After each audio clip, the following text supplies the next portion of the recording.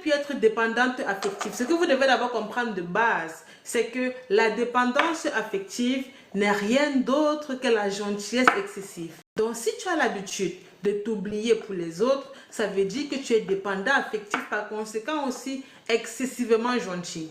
L'hypersensibilité mal gérée est aussi similaire à la gentillesse excessive.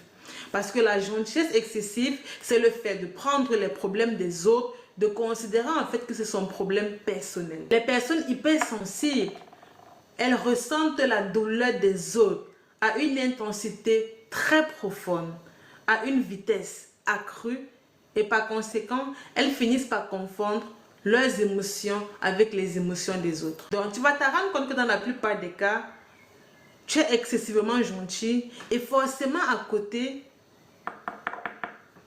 tu es hypersensible. Et la gentillesse excessive n'est rien d'autre que la dépendance affective. Ça a les mêmes causes, les mêmes conséquences et tout ce qui va avec.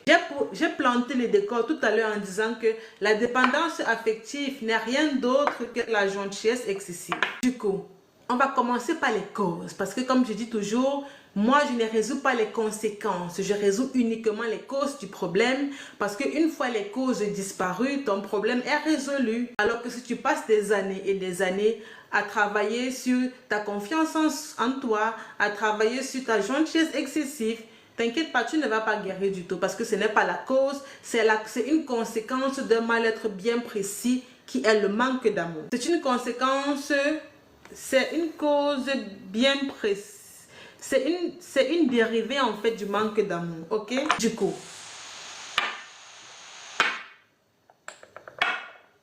de façon générale, la plupart des personnes qui développent la gentillesse excessive ou bien la dépendance affective n'ont pas reçu assez d'amour pour qu'on puisse se comprendre.